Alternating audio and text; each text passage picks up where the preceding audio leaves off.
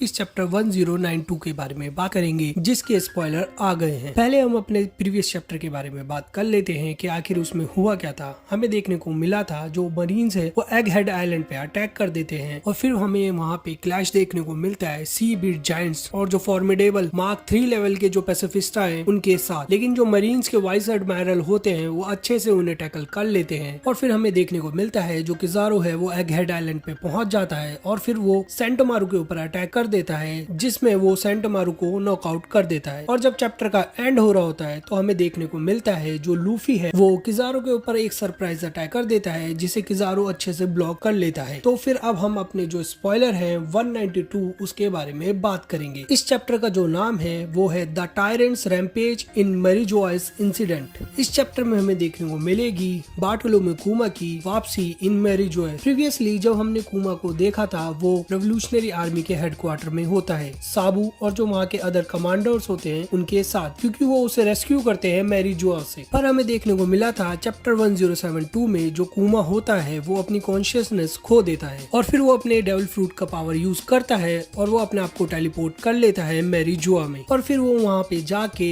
Rampage करता है जिसकी वजह से वहाँ पे सब जगह हड़कंप मच जाता है। और हो सकता है जो कुमा हो वो जो वर्ल्ड गवर्नमेंट का जो स्ट्रॉन्ग होल्ड है उसे खत्म करना चाहता हो और जब वो वहाँ पे रैम्पेज कर रहा होता है उसे कोई और नहीं अकाइनू रोकने आता है और उसमें हमें देखने को मिल सकता है जो अकाइनू हो वो कम्प्लीटली डिस्ट्रॉय कर दे कुमा को, जिसकी वजह से हमें आने वाले चैप्टर में देखने को मिल सकता है जो रेवोल्यूशनरी आर्मी है कोई स्टेप उठाए अगेंस्ट वर्ल्ड गवर्नमेंट के। और हो सकता है हमें क्लैश देखने को मिले वर्ल्ड गवर्नमेंट और रेवोल्यूशनरी आर्मी के बीच में, तो हमें अकाइनू जो ड्रैगन है उसके बीच में भी क्लैश देखने को मिले। और फिर हमें लास्ट चैप्टर में देखने को मिला था लूफी और किजारो का जो क्लैश हुआ था जिसमें लूफी अटैक कर देता है किजारो के ऊपर। जब लूफी अटैक करता है किजारो के ऊपर तो हमें वहाँ पे हाकी क्लैश देखने को मिला था, लेकिन वो हो सकता है वो सिर्फ लूफी की तरफ से हो क्योंकि हमें किजारो की तरफ से कोई भी हाकी क्लैश देखने को नहीं मिला था और ना ही जब किजारो उसका अटैक ब्लॉक करता है वो कोई आर्मामेंट हाकी यूज करता है। जो लूफी है वो अपने कॉन्कर हाकी यूज कर रहा हो किजारो के ऊपर। और फिर जब हमें वहाँ क्लैश देखने को मिलता है तो लूफी किजारो से कहता है हम 100 गुना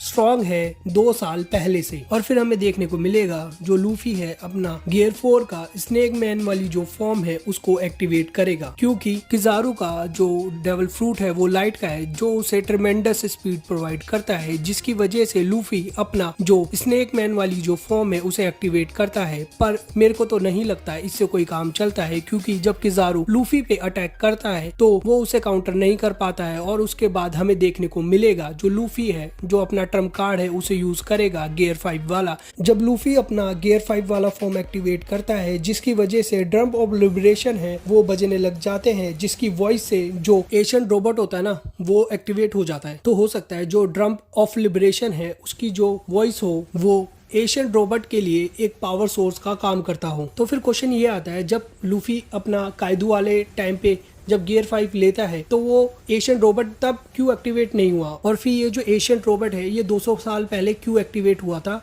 जब इसने मैरीजोइस पे अटैक किया था। तो क्या ये हो सकता है कि लूफी का जो डेविल फ्रूट है वो 200 साल पहले भी अवेकन हुआ हो, क्योंकि अभी तक जो हमें पता है जो लूफी का फ्रूट है वो 800 साल पहले अवेकन हुआ होता है। तो जो ये एशियन रोबोट है इसको जो एक्टिवेट करने के लिए ड्रम ऑफ लिबरेशन की वॉइस लगती है या फिर कुछ और है जिसकी वजह से ये एक्टिवेट होता है। और जो एशियन रोबोट है वो एक है या एक से ज्यादा है, क्योंकि अगर वो ज्यादा होंगे तो लूफी अपनी एक पूरी की पूरी आर्मी बना सकता है इन एशियन रोबोट से। चलो छोड़ो, ये तो हमें बाद में देखने को मिलेगा कि चैप्टर में आखिर होगा क्या जब चैप्टर प्रॉपर आ जाएगा। तो guys please support this channel and subscribe this channel. Thank you.